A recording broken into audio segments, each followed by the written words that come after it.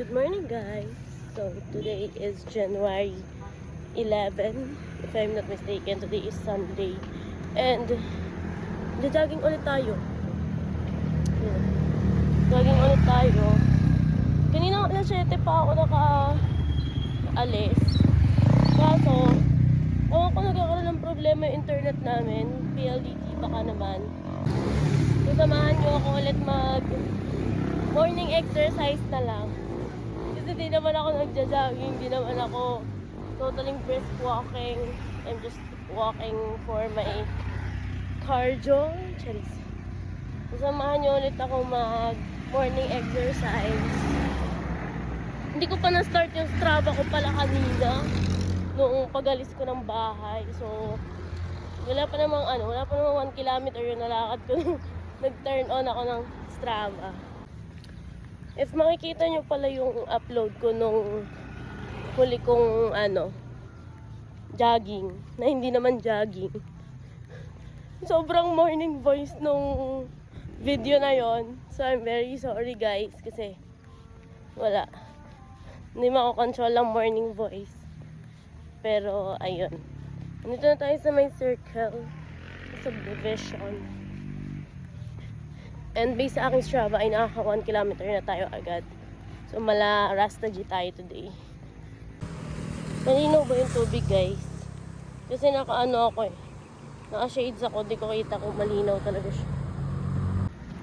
Ang target ko talaga ngayon guys ay makapag-Padre Pio. Kaso, syempre, nag-alarm ako ng alas 5, pinatay ko. Nag-alarm ako 5:15, pinatay ko ulit. Nag-alarm ako 5:30, pinatay ko ulit. So, ayun. Mga 6:30 na ako nagising. So, ang target talaga natin is Padre Pio. Pero ngayon, sa Darasa naman tayo magsisimba. Kalimutan ko mag-video ng 2K. Kasi nag-enjoy ako kasi walang traffic. Sobrang luwag ng kalsada. Tamang lang tayo. Daming motor. Daming motor. Pero walang brum-brum.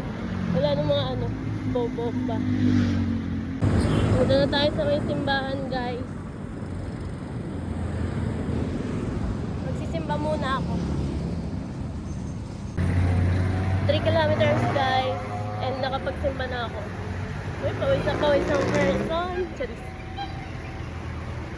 Tanggalin kaya natin yung ipit mo.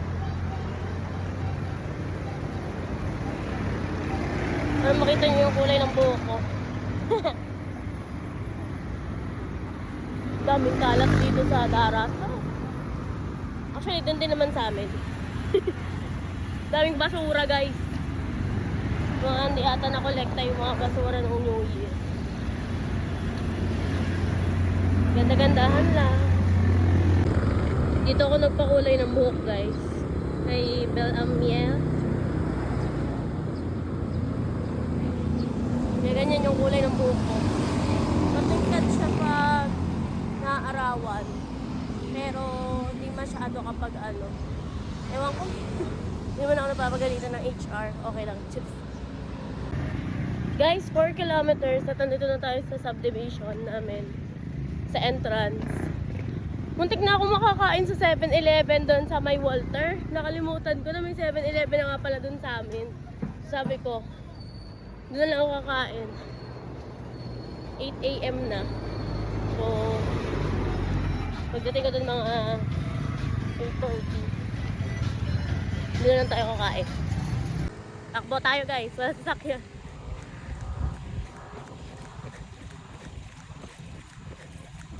Kaso lilipat ako ng lane.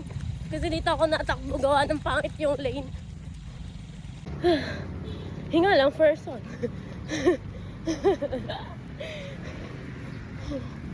Ang hirap lang dito.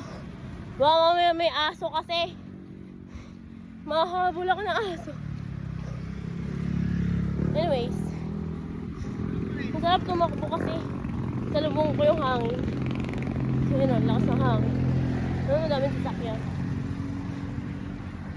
Halos lahat kasi nalabas. Gawa ng linggo ngayon. 5 kilometers guys. Nandun na tayo sa may Pilin, best. Ang cute ng doggy. Sobrang ganda ng ulap, guys. Kaya sarap mag-jogging sa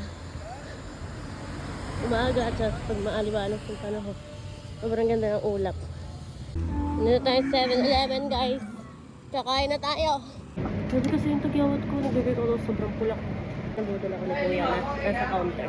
Kasi yung isa daw na Boss Coffee Ice Brew is 74 isa, pero dalawa 99. So dalawa yung kinuha. Yung una kong choice is this mocha. First time ko ito matatry. Tapos yung isa is macchiato. First time ko ito matatry pa rin.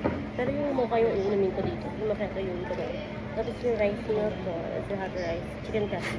First time ko makakatabi na itong chicken crust. Yung packaging. Bagsak agad. Abot kasi mo. Ito first ultimate bite with rice. Thank you Lord, thank you Lord. Ang matok ko sa Lord, thank you Lord.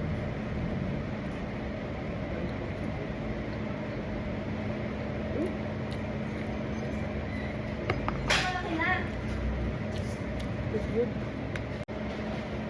Shake well, nakalagay. Chill and shake well. Ang suot ang apo. Reminds me of some patients. Ano mas madami pa yung oras na nilalaan ko dito sa pagkain-kain.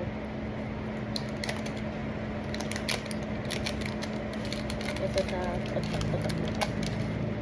Iuwi ko yung bote.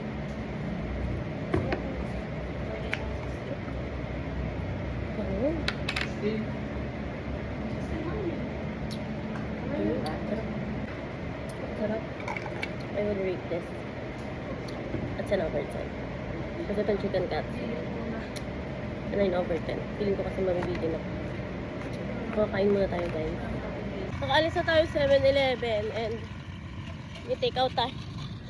May take out akong kape. Nandito pa rin ako sa subdivision pero pauwi na ako. Sobrang tirik ng araw. Sobrang ganda.